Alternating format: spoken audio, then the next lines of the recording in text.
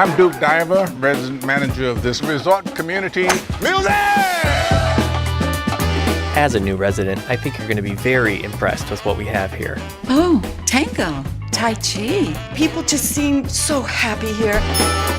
Just Getting Started is a movie that came out last year that nobody saw, except for me.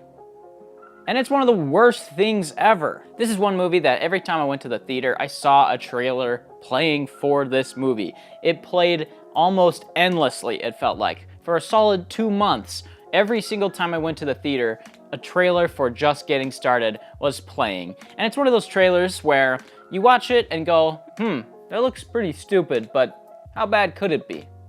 And then you go see it and you want to gouge your eyes out with meat hooks and sell your soul to the devil. Now I know what you're thinking. Why talk about this garbage tier movie that no one saw that came out last year? Well, it's kind of what I do. Why do you ask stupid questions? Anyway, I have no idea who made this movie. Let me look. Okay, let's see. Ron Shelton. Anyone heard of Ron Shelton? No, me either. But for real though, this movie has been on my mind as of late, and not in a good way. As I was looking for my next commentary subject, I stumbled across this 2017 Worst of the Year list done by Metacritic, and Just Getting Started was right near the top, I think in the number 5 spot actually. And it was from that point on when I realized that I needed this movie inside me again. Oh. What's happening? I think I'm getting sick. Okay, it's passing. Where was I? Right, the movie is miserably bad. Okay, I'm back on track. That was weird. So this movie was released on December 8th, which is just in time for Christmas, everyone. So even though it pretends that it's a Christmas movie, it's very much not one. But as I watch this movie, I constantly wonder why it exists and why it was made. There's some movies, like The Mummy, for example, Tom Cruise's The Mummy, where you kind of know why it exists and what purpose it sort of has. Like that movie was just a studio cash grab to try and kick off a new extended universe. To a new world of gods and monsters.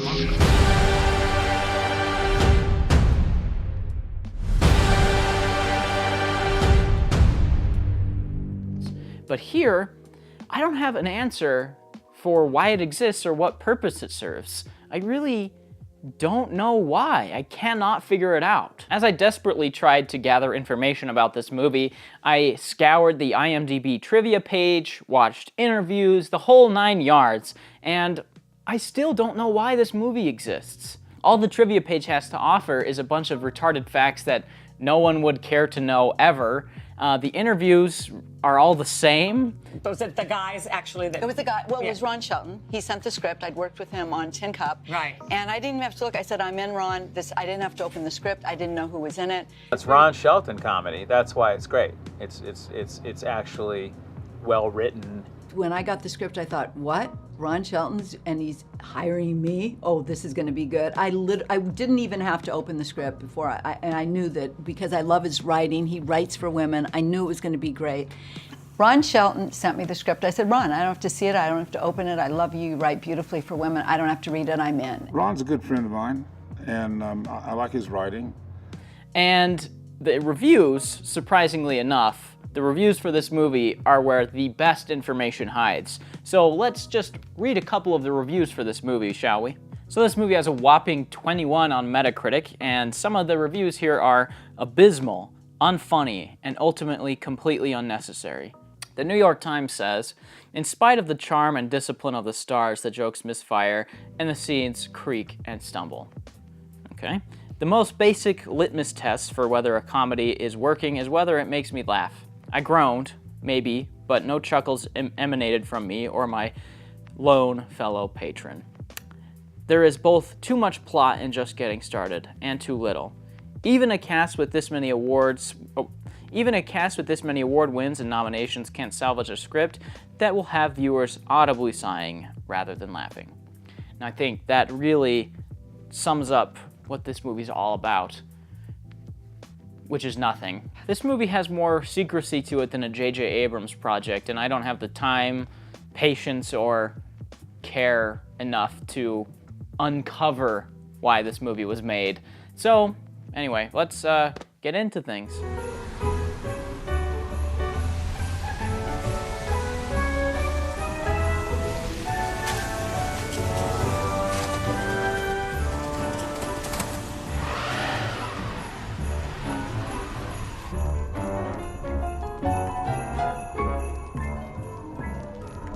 Welcome to the Villa Capri. Located in the heart of the desert is the resort community that takes you to paradise. I know I say this a lot, but I absolutely despise how this movie opens. Most of the time when I say something like that, it's a bit exaggerated, but here, this is quite possibly the worst opening to a movie I have ever seen. This is baffling. We cut in, the first thing we see is this real footage of real people in snowstorms. Like there's a guy pushing his car out of the snow, there's somebody like shoveling, there's somebody like falling over, and then it cuts to this house with fake snow out front, and then we cut inside to a Hallmark set that looks completely different than the house, and it's all like evenly and brightly lit.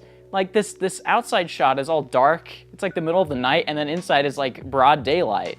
Like it's immediately off-putting. So we see this chick walking around the Sweet Life of Zack and Cody set. She sees Morgan Freeman on TV, she gets really crazy, has a bit of a stroke, and then calls some mystery man on her phone and tells him to kill Morgan Freeman. That son of a bitch is in Palm Springs. He's basking in the sun and playing golf, while my husband is drinking toilet wine in Supermax. But don't forget about this lady, because she makes a bunch of random appearances throughout the movie on this same set. And even though she wears slightly different clothes and has slightly different hair, it's painfully obvious that all of her scenes were shot in one day, on the same set, with the same lighting. They didn't even try. They just said, okay, we'll change your clothes a little bit, we'll change your hair a little bit, no one will notice that the lighting's exactly the same, the set's exactly the same, and the way we're shooting it is exactly the same. No one's gonna notice. This will be really easy, we'll get her out of the way in day one, and then we can just move on with the movie. Except nobody told the director that that's the worst idea they've ever heard. I mean, she's literally always in the set. She never does anything in the movie except lounge around in this exact set. I mean, you find out later that she's on house arrest, but is her house like a storage unit?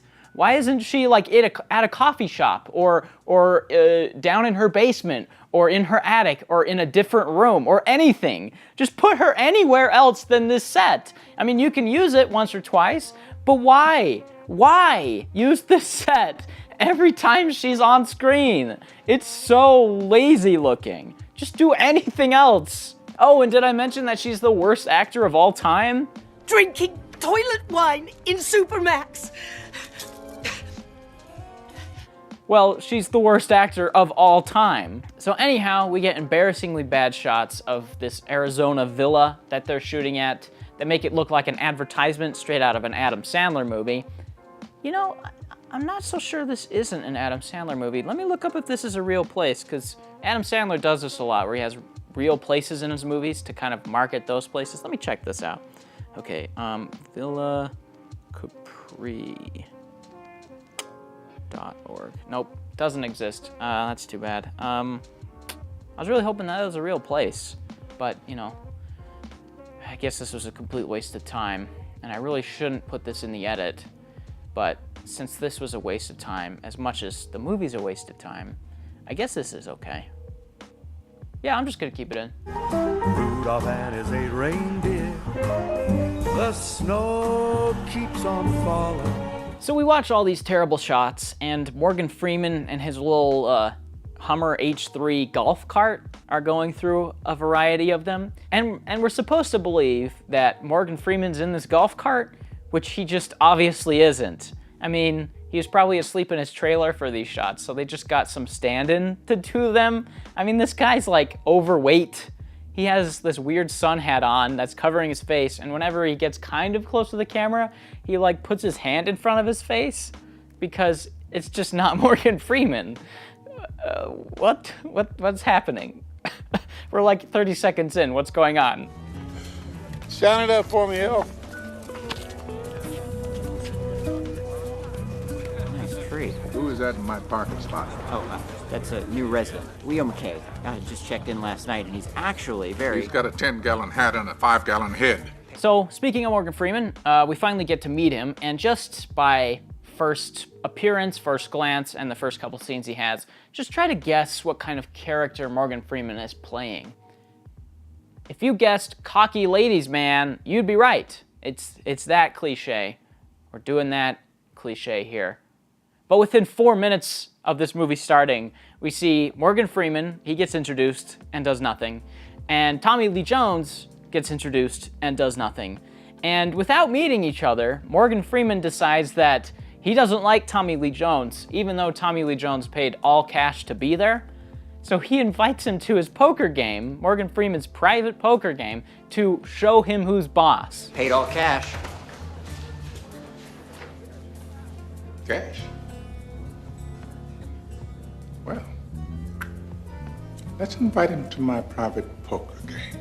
You got it. I'll show him who's boss. Are you actively trying to push your customers away? You don't know anything about this guy. Why do you want to show him up immediately? Do you feel insecure about the fact that he has more cash on him than you? What is this? What's going on? It's crooked. Hmm? And there's a bald spot. So what? A lot of trees have flaws. A lot of people have flaws. You can put the bad side of a tree against the wall. What do you do with the bad side of people? That's deep. Write it down. Oh, it's gonna be one of those movies, huh? What the? Oh, bleeding. I'm gonna go take care of this really quick. I'll be right back, guys. Sorry. Just give me a second. I just started bleeding. That's weird. Oh, okay, I'm back. I don't know what happened. That was very weird. My eye just started bleeding. I hope I got it all off. Anyway, let's get back into just getting started. Or should I say, let's just get started. Whatever, never mind. That's a nice tree you got this year. Well, thank you. But I'm a little concerned that some of the residents might not like a flocked tree. Well, you know me, Duke. I like a nice flocking from time to time. A bit of Hinkle stroking from my darling. I guess I should throw out a little disclaimer about this movie, because this is supposed to be a comedy, but it's amazingly unfunny.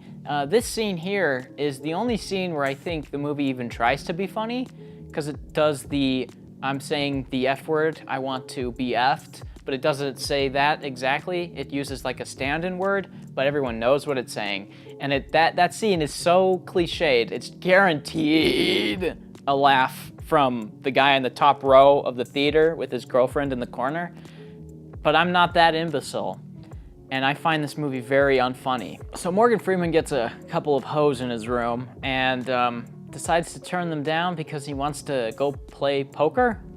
I mean, I'm sure the guys at the poker table would understand if you got a couple hoes in your room.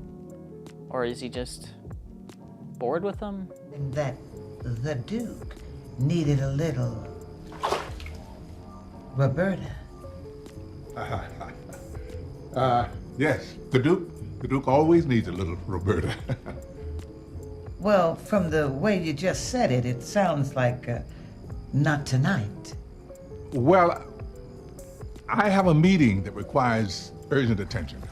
At night? It's morning in China. Anyway, serious question here. If I'm like 100 years younger than all of the guys in this movie, is it like legal for me to watch this? Because it's horrifically uncomfortable, these scenes. And hashtag me too, am I right, ladies? So now we get to meet Morgan Freeman's pussy posse, who is basically around him at all times for the rest of the movie, just repeating what he says or just being generally obnoxious. And Then we get some horrible Dutch angle shots, some horrifically bad ADR. He plays one game, wins everything, and then just leaves. And then Morgan Freeman comes after him and says a bunch of nonsense. And then they both gawk at the same girl who is strong and independent and don't need no man. And then they just walk off. What? What is going on in this movie? I really don't understand what's happening in this movie anymore. I don't know if I ever did though, to be honest. Season's greetings, y'all. Good news to report. Mike Shank from Villa 68 had a successful hip replacement surgery and should be back to the Villa Capri in just a Whoa, few whoa, whoa, days. where's that hand coming from? What the? That's not my regular camel guy. Where's my regular? Oh, is it that guy? Because now he's looking in one direction, and now he's looking in a completely different direction. Ladies, have you seen the new guy? Moving into Villa 71. There's new food on the buffet.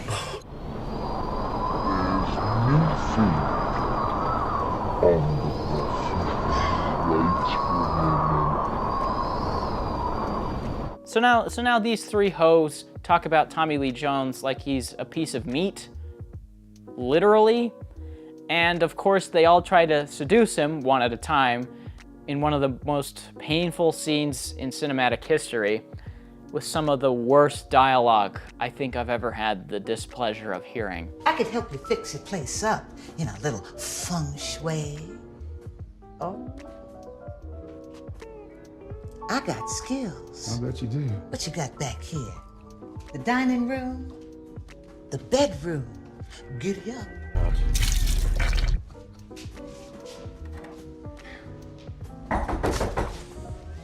Hi, I'm Marguerite with the Welcome Wagon Club. Are you a glad hander? How'd you know? As secretary treasurer, I brought a little something to warm up your place. A work of art. My sentiments exactly. And thank you. For what?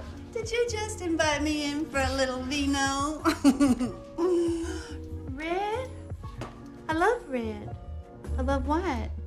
I love it all. How about a lovely Margot for a lovely Margot? Can I call you that? You can call me whatever you'd like. By the way, I am in Villa 52. And I'm in Villa 36. What you gonna call me? Oh my God, how did you get here before me? You know that the bylaws of our club clearly state that the president and not the secretary-treasurer should be the first welcomer on the scene. Okay, well, let's just call this an unofficial visit. Why don't we just have a taste of this delightful vintage? Don, we now are straight a barrel. In what office with the Glad Handers Welcome Wagon Club now you hold? Sergeant at Arms, flag flying stiff and ready, I bet. I think this party's just getting started. Why don't I take you to dinner? All of us. Okay, the lady in the middle was like 15 seconds off. All of us. Do you want to, take the scene again so that she can say it in unison with the other two? No? Okay, let's just move on. All right, whatever. What do I know? I mean, you got a camera right there. You could just do the scene again. It's not that hard. If you can't already tell, this movie is basically the definition of lazy filmmaking. I'm pretty sure they just did one take for everything and then just moved on. So when you do that, you get some of the worst performances, some of the worst dialogue, and some of the worst cinematography ever put to screen.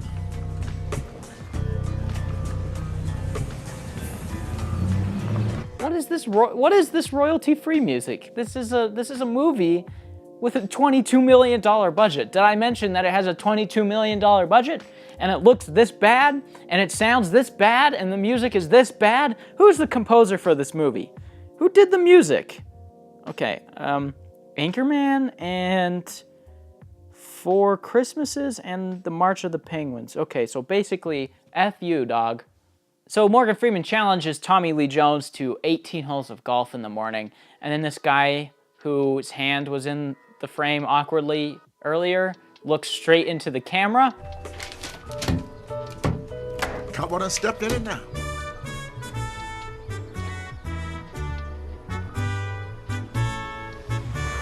Do you want to try that again? Does anyone care about this movie? Does anyone care making it? So now they're playing golf, and Tommy Lee Jones comes by and then swings his club at nothing, and then everyone freaks out and gets nervous about playing him. Like, he swung his club at nothing. How do you know he's a good player? I can swing my club at nothing. I'm not a good player. Oh, boss, we got a problem. What? This guy can flat out play. He said his game was shaky. His shaky is better than your shaky. Wait. Boss, we watched him warm up this morning. This guy can flat out hit. I ain't lying. Oh, why didn't you say that earlier? Why didn't you tell Morgan Freeman that before, you know, Tommy Lee Jones showed up? So what happens next is beyond stupid. Just try to guess. So the snake comes out of Morgan Freeman's golf bag. Try to guess what happens next. Do they A, kill it with a golf club, B, just wait for it to leave, or C, shoot it with a pistol? I'll give you a second to try and decide.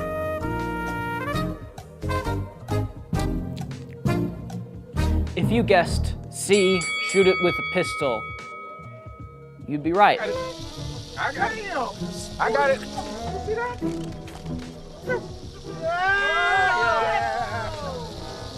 Oh my God. Okay. Die, Viper. You got him surrounded. They're moving. Don't hurt yourself with that thing. Okay, wait. Rewind that. There's 3 bullet holes on the ground before the third shot. Couldn't even get that right, movie.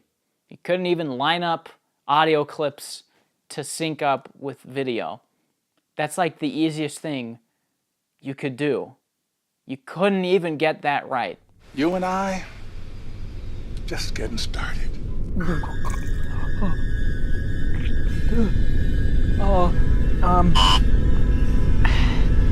I think I need to go to the hospital, guys. I'll be back.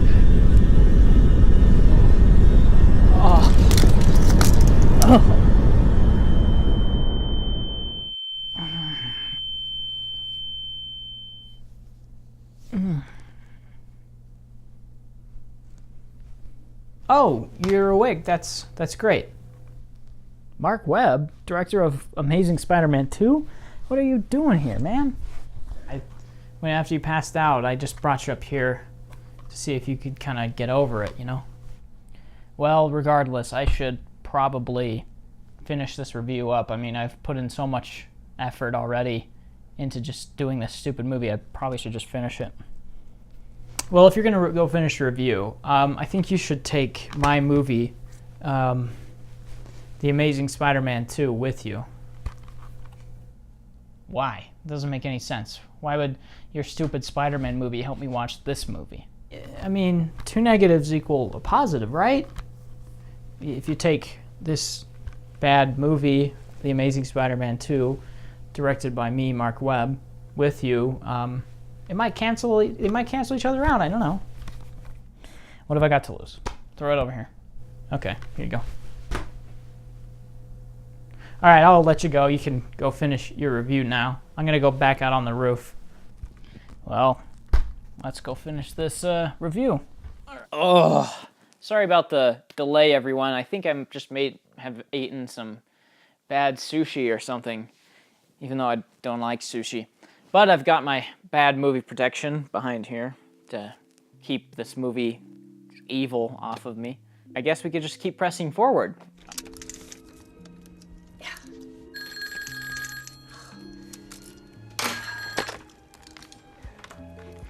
Tell me he's dead.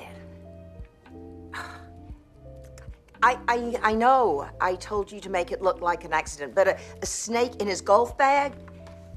Sweetie, murder him the old-fashioned way.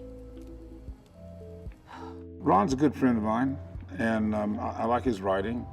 So this lady changes her hair and her clothes and then tells her mystery man to murder Morgan Freeman the old-fashioned way?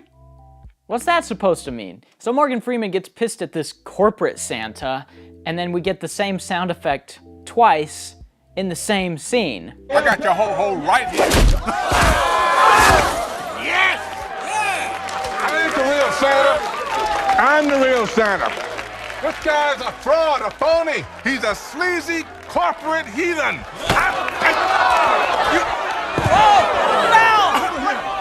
All right, okay, all right. Santa. Okay,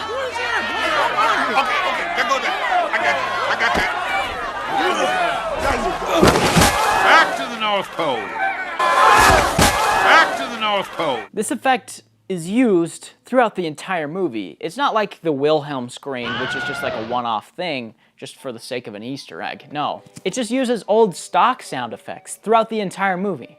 The same sound effects are used over and over and over again, and it's so cheap and lazy, which is probably the closest thing to a theme in this movie, being laziness.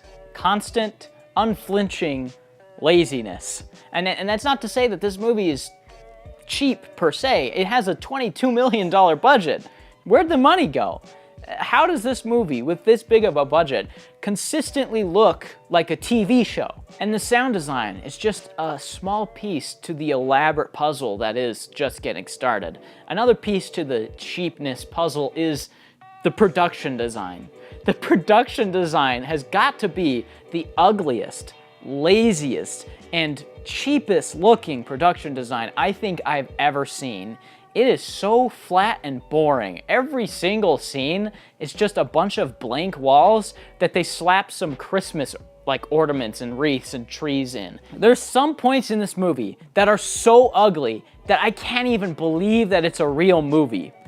The only thing that makes sense to where this budget disappeared to is this cast. I mean, you got Rene Russo, you got Morgan Freeman, you got Tommy Lee Jones in the starring roles.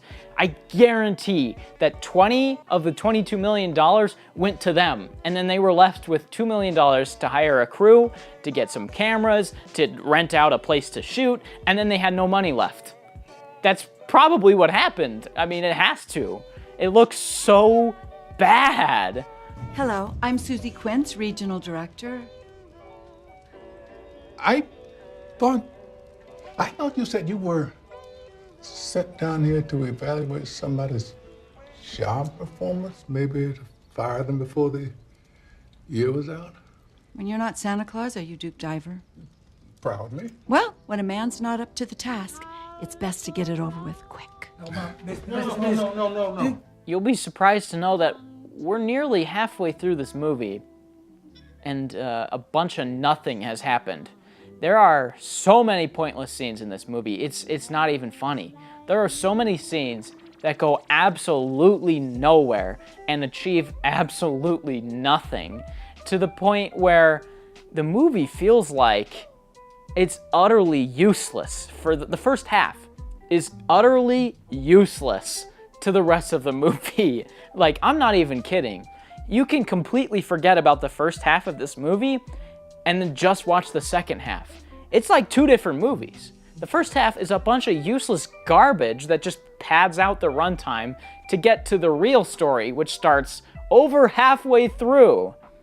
And it isn't quite to the point where you can just rearrange scenes and it won't matter, but it is as close as it possibly gets to that. It is so close to the point where you could just rearrange scenes and nothing will matter that it's insane. It's insane how much useless garbage is in this movie. So we find out that the random chick they met in a bar is some kind of secret business lady who's come from corporate to take out Morgan Freeman or something. And Morgan Freeman now wants Tommy Lee Jones and her out. So he challenges Tommy Lee Jones to a game, or games, I should say. And the first one to win 3 of 5 games wins or something. I guess one of them has to leave if the other wins. Villa Capri is not big enough for both of us, Leo. If you want to do something about that, I'll beat you best of 5 at anything ever invented. Game room, 1 hour. So we watch Morgan Freeman and Tommy Lee Jones play a couple of games in one of the most baffling sequences in movie history. This has got to be one of the worst looking, most incompetently shot sequences of all time. No, this ain't in your wheelhouse, boss. Don't go there. What do you mean don't go there? Your mama said don't go there last night. Checkmate. Shit. I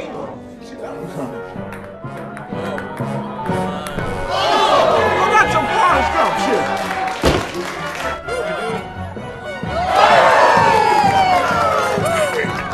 I got it. got it? You got it? You got it? You don't got it. All right, take it. Take it. You don't got it. You don't got it. Score is tied, Mr. Diver.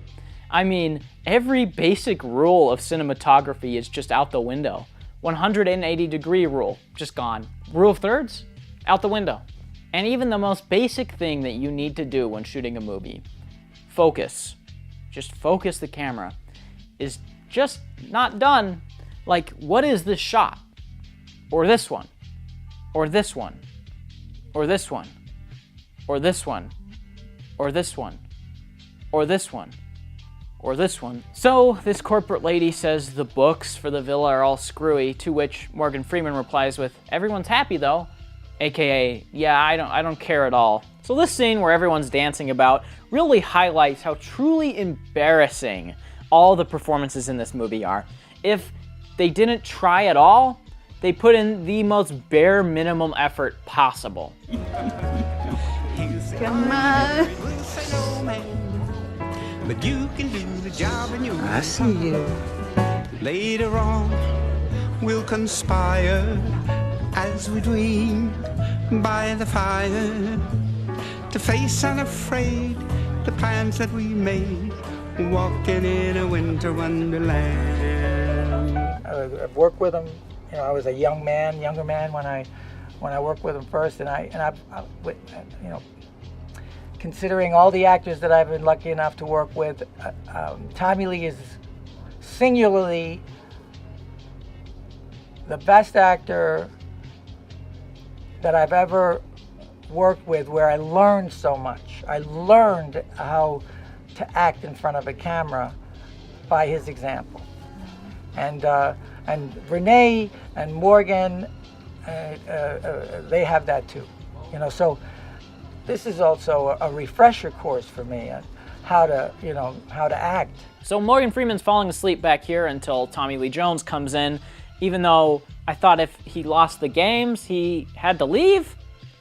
I guess not, because now they're playing golf for reasons I barely understand. They reuse this shot. They forget to color correct this shot, and the scene goes on for 16 hours until this cart just explodes with one of the worst effects ever, coupled with one of the worst sound effects ever. I don't trust you and I never will. Oh, we're plumb bobbing that. Keep an eye on you, man, just like a hawk. Oh, shit, oh,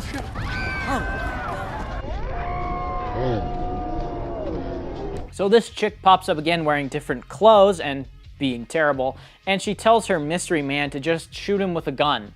And then we cut directly to whatever this is. Like, there's this blue hue to everything. Everyone's faces has these harsh or soft lines around them where they feathered out the color keying. The continuity is just blatantly wrong in a lot of shots, and you can clearly see the blue screen in their glasses. We get some more horrifically bad dialogue. Some guy shoots at Tommy Lee Jones's truck, and then his truck breaks down for no reason, allowing the bad guy to escape. And then we get one of the worst plugs of all time.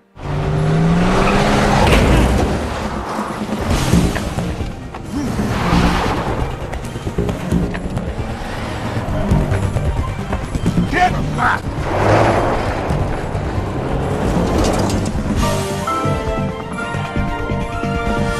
Let's just regroup and make a plan. I'm gonna cut the son of a bitch off.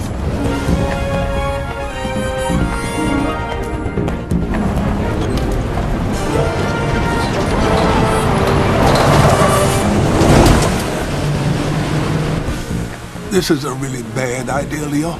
Watch this. Nice work, Leo. Glad I didn't blink.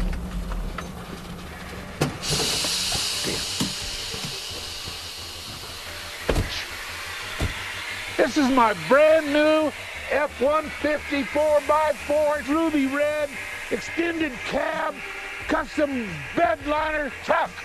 This is also a refresher course for me on how to act. Hey guys, Tommy was stumbling over his dialogue through that entire scene.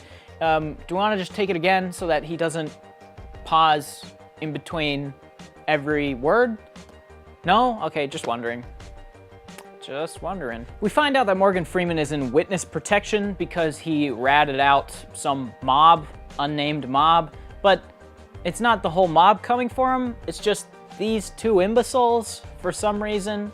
So we cut directly from this to a CIA-esque safe room at the Villa Capri, where you can clearly see the sound dampening foam reflected on the wall here.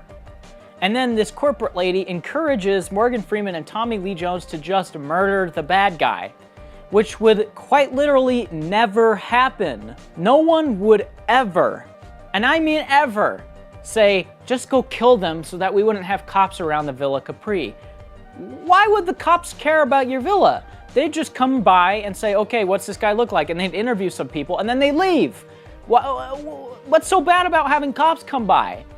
Then you're not getting murdered and you don't have to go after the guy trying to murder you. Just get the cops involved. Nobody on planet Earth would ever say, just go kill them off the grid for me. But here's a shocking fact. We just found out who the bad guy was and they just had this little chase scene. How long do you think is left in this movie?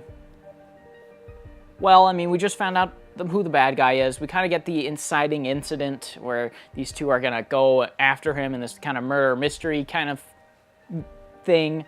So normally, I don't know, an hour and a half movie, maybe an hour left? Not here, no. There's less than 30 minutes left. So now these two guys go from trying to get this girl to these two guys playing detective in a murder mystery. And if you thought the movie was incoherent before, it is a whole lot worse now.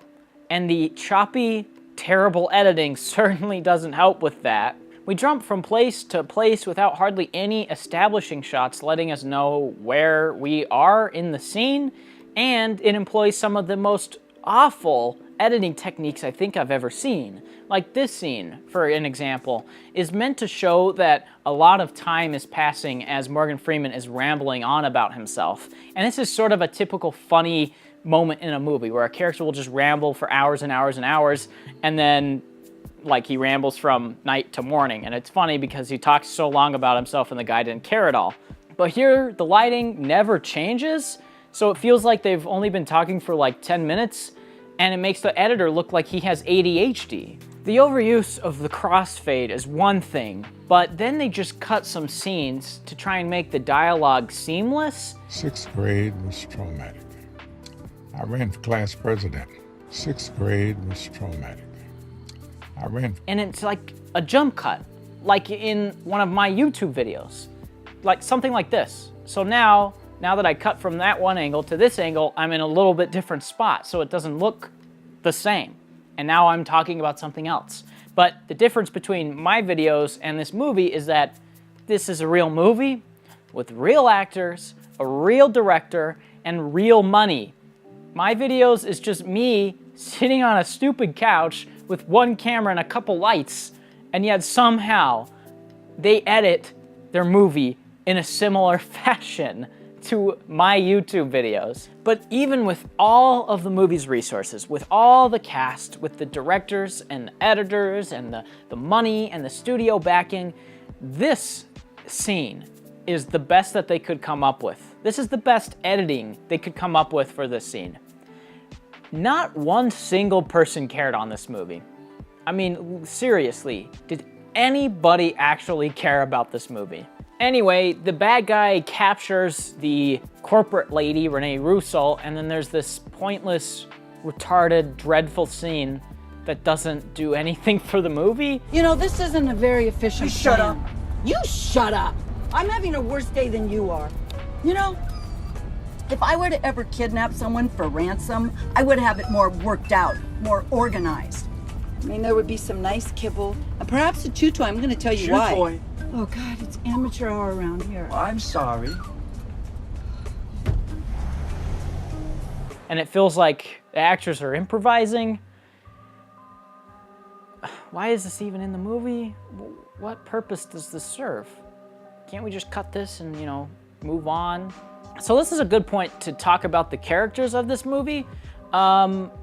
A lot of the interviews that I watched for this movie have Rene Russo and some of the cast members saying that Ron Shelton is such a great writer and he really writes characters, and he writes for women, really strong women. But in this movie, all of the women, aside from Rene Russo, are just like hoes to be used. And then Rene Russo, who starts off as this strong, independent woman that don't need no man, just turns into the damsel in distress that needs to be saved at the end. And it's not just that Ron Shelton's writing is bad on the characters. It's just non-existent. Tommy Lee Jones is a stereotype cliche. Morgan Freeman is a stereotype cliche, and Rene Russo is a stereotype cliche. He didn't even try to give them any discernible character traits. All he did was say, let's just plug cliches into these characters and then shoo them off into the movie. And normally in like a comedy like this is supposed to be, having cliched characters is fine. Like Hot Fuzz, for example, our main characters are walking cliches. The difference is that has good direction and editing and action and dialogue, and interesting developments, and character arcs. There's actually things that happen in that movie, which makes these sort of formulated cliche characters funnier because of what the movie's going for. It's going for a kind of parody of these cop movies, so the cliched characters work super well with this movie. Just Getting Started has cliched characters just being cliched characters. It's almost like Ron Shelton got these cliched characters and then pretended like they weren't. Which is why this has a 21 on Metacritic, you stupid. And why is this plot thread coming in so forcefully in the last 20 minutes of the movie? Like, the first hour is just a couple of guys walking around a villa doing a bunch of nonsense. And now, all of a sudden, at the very end of the movie, we've got gunfights, we've got car chases, we've got hostages. Where did all this come from? Like, I understand the irony of putting old people in these kind of action roles, but where did this come from? You gotta have some setup and some establishment to get to this point. And having a couple scenes where a chick says kill him over a phone is not setup or establishment for this kind of an ending. You've gotta have a build up to it, and there just isn't any. All that happens is just a couple of random things, like, ooh, a cart blows up, oh, there's a snake in a golf bag. That doesn't lead up to car chases or hostages or gunfights. That's just a couple of random things that happen. Those could so easily be written off as just random accidents. They don't feel like intentional incidents put together by somebody to kill somebody. The only way that we know for a fact that it's this way is because we get this random chick in the Sweet Life of Zack and Cody set that's telling some guy to do it. The first hour are scenes like this. I got skills. I bet you do. What you got back here? The dining room? The bedroom? Giddy up. And then the last 20 minutes are scenes like this. No. Hey, I got you. This all just comes out of left field. And not to mention the fact that everything looks so much cheaper now. It's clear that they just ran out of money at the end, so they just slapped their actors in front of blue screens and put them on terrible High School Musical sets. So they show up to this trailer where the damsel in distress is with no plan whatsoever. Morgan Freeman shows up in his PJs, and then with the help of some terrible CG, Morgan Freeman shoots the bad guy's hand, and then Tommy Lee Jones shoots him in the shoulder. But they don't kill him, because this is a family-friendly Christmas movie. They just leave him out in the desert tied to a chair to die much later off camera, because that's fine in these kind of movies. So just try to guess how much longer is in this movie. I mean, neither of the two main actors got the girl yet. Both of them still have sort of a feud with each other, even though they've kind of resolved their differences, although that could be resolved more so. This crazy chick is still out and about, out on the prowl, probably trying to hire someone else to kill Morgan Freeman, and Morgan Freeman's witness protection cover is blown. So you would think that there's like 30 minutes left to wrap all of these plot threads up. But nope, there is literally only 5 minutes left, including credits. Remember everything that you set up in this movie, Ron? Remember all of the random stuff that you had happening? Where did all that go?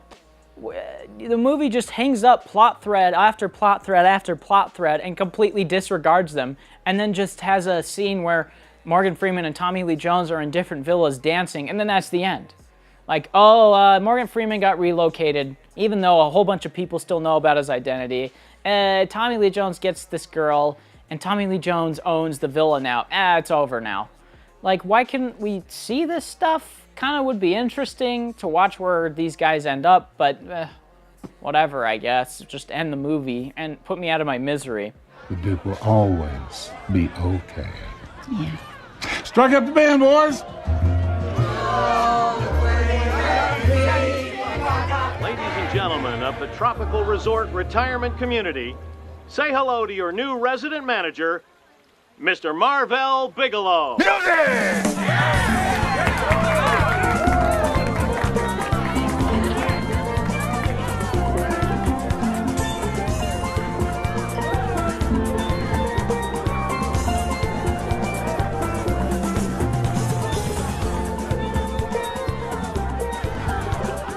Needless to say, this movie is amazingly bad, but it's not funny bad, it's just miserable. Everything it does is wrong. The characters are flat. The cinematography is some of the worst I've ever seen. Production design is flat. The direction is terrible. The performances are terrible. All the continuity of the movie is out the window. The storyline is incoherent. And the movie's a jumbled mess of ideas to the point where it feels like there's 2 or 3 different movies going on simultaneous to each other. So this is just a disaster, and it makes for one of the worst movies of 2017, if not the worst movie of 2017. I know I said that Baywatch was, but after seeing this, it's definitely rivaling it. It's definitely rivaling Baywatch.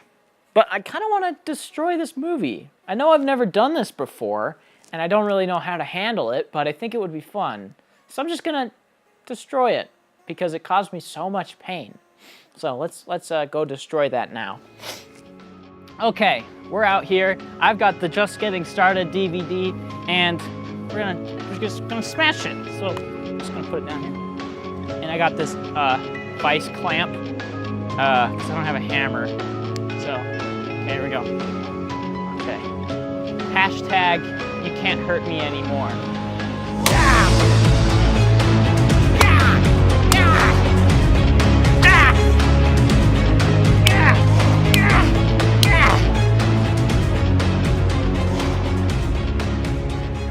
Matrix. This is an imposter.